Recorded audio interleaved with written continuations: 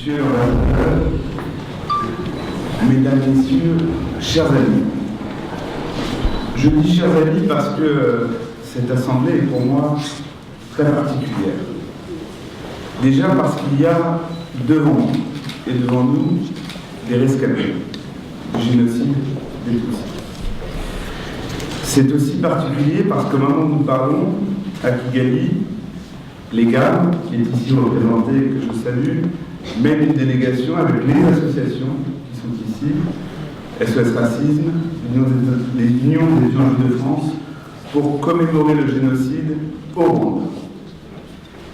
C'est un moment et un lieu particulier, évidemment, parce que je n'ai pas eu beaucoup d'occasions, en tant qu'adjoint, en tant que maire, de m'exprimer à côté de Sacha Amélias, qui est président de l'UEJF, alors que je l'ai été quand j'étais un peu plus jeune, et à côté de Dominique Sebeau, qui a été mon président quand j'étais vice-président de SOS Racisme notamment. C'est donc, cher Marcel Cabanda, non pas que j'ai des visées sur l'association Ibuka, mais une réunion très amicale en ce qui me concerne. C'était un 7 avril. En fait, ce n'était pas un 7 avril parce que c'était un génocide. Et un génocide ne commence pas le jour des massacres. Le génocide des Tutsis au Rwanda est peut-être l'incarnation la plus parfaite et la plus monstrueuse de ce que peut être un génocide. Avant le 7 avril, il y avait eu des réunions. Avant le 7 avril, il y avait eu l'acheminement des armes. Avant le 7 avril, il y avait eu évidemment l'installation de toutes les armes du massacre, y compris les armes idéologiques, y compris la création de cette radio, la radio Mille Collines, qui allait propager la haine inlassablement, jour après jour, donnant les indications, fournissant les lieux, pointant les villages, dénonçant les familles.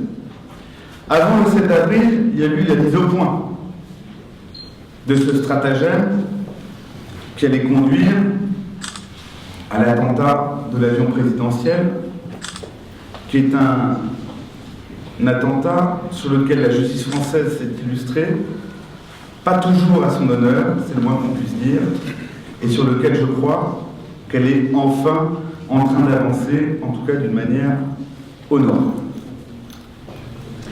Avant le 7 avril, il y a la mise en place de ce qui sera, à partir de 7 avril, le génocide. Pourquoi je dis que le génocide rwandais est le plus pur des génocides? Parce que lorsqu'on extermine les Arméniens en 1915, on ne sait pas ce que c'est qu'un génocide. Parce que lorsqu'on extermine les Juifs d'Europe entre 1939 et 1945, on vit l'extermination, on ne connaît pas à ce moment-là, et le nom ne sera donné qu'après pour juger les coupables. Mais en 1994, il n'y a pas les caméras, il n'y a pas l'ONU créée en 1945 pour que plus jamais ça. Il n'y a pas, au moins dans les forces de l'ONU, deux puissances qui ont connu la Shoah, la France et la Belgique. Tout est là. Les médias, l'opinion internationale, la conscience. Et si c'était un 7 avril 1994, j'imagine qu'il y avait eu aussi, le 7 avril 1994, la commémoration des enfants d'Isieux, que nous célébrons chaque année, comme hier, où était le président de la République. Je veux donc croire que c'est en quelque sorte le génocide des génocides, puisque c'est celui-là qui va clore cette trinité tragique du XXe siècle. C'est aussi celui qui montre l'impuissance, l'aveuglement, l'errance dont on veut bien se nourrir et quand on veut bien s'égarer, parce qu'on l'a bien voulu. Hier soir, je me replongeais dans le livre de Herzfeld, Et c'est vrai qu'on a exterminé tout ce qui pouvait, de près ou de loin, dans les familles, être Tutsi. Mais j'étais intéressé par cela, on convoque tous les préfets. Il y a 3 préfets qui ne répondent pas. Ils seront assassinés le lendemain. Dans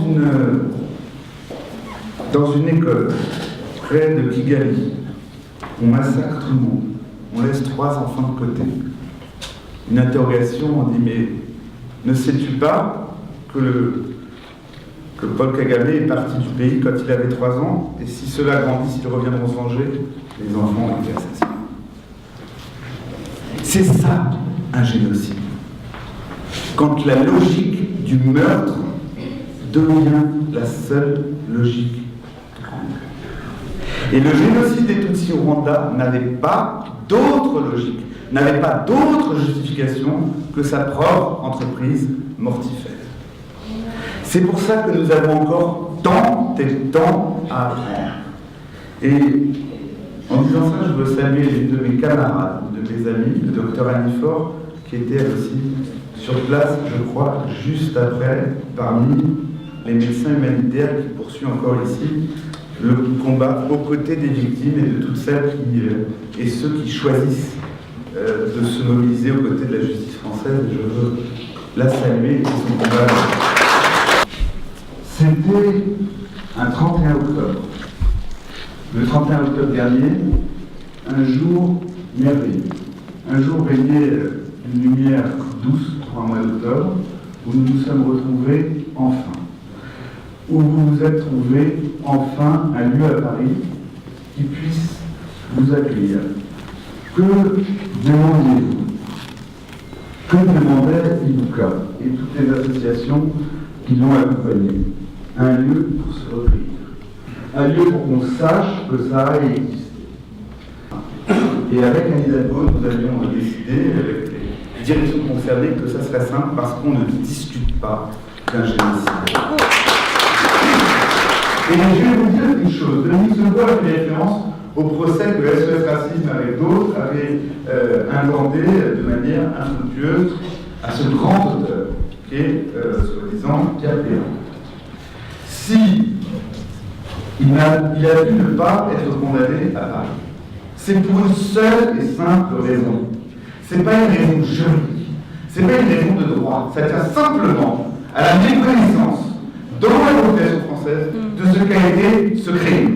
Parce que si le crime était connu, à la hauteur de ce qu'il a été, aucune juridiction ne se serait permis de discuter le fait que quand on traite les Tutsis de menteurs, on est négationniste. Bravo.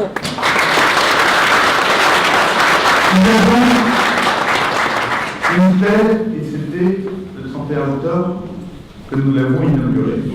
Avec ça, Paris n'accomplissait pas un geste courageux, n'accomplissait pas un geste héroïque. Paris ne faisait que son devoir et finalement faire ce qu'elle aurait dû faire depuis bien longtemps. Ce sera un 7 avril, le 7 avril prochain, cher Marcel Cavanda, et nous nous retrouverons non pas à la mairie du 20e, mais dans un parc, dans un espace public parisien, au milieu des Parisiens, et nous commémorons les rescapés, ceux qui portent leur mémoire, ceux qui portent leur identité, et tous les Parisiens qui veulent s'y associer. Nous commémorons le souvenir du génocide des Tutsis du Rwanda. Bravo. Et je vais vous dire pourquoi. Tout simplement parce que il est important que vous ayez un lieu pour perpétuer la mémoire. Et la mémoire, ce n'est pas, malgré la position de la stèle dans le joli cimetière parisien de Père-Lachaise, la mémoire, ce n'est pas une affaire de mort. La mémoire, c'est la prolongation de la mort parmi les vivants pour donner un sens à ce qu'ils ont vécu et pour que la justice ait le mot dernier sur la mort. Ou plutôt, tous ceux qui pourchassent les injustices doivent pouvoir trouver là un lieu de ralliement, un lieu de rassemblement, un lieu qui est public, un lieu qui est ouvert, un lieu qui est connu de tous, un lieu qui n'est pas caché, parce que c'est ça, faire honneur à la mémoire de ceux qui ont vécu.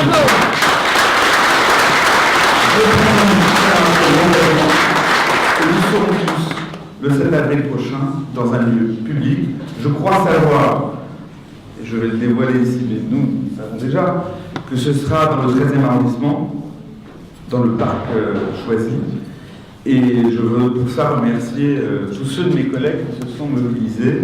Mais je dois dire que là-dessus, Anne Hidalgo a été très claire. J'étais très content qu'elle nous donne des instructions extrêmement fermes. Et donc nous allons réaliser dans un temps qui est pour la ville très réduit, la création de cet espace dédié. Et l'année prochaine, c'est là où je propose que nous nous retrouvions. Je vous remercie.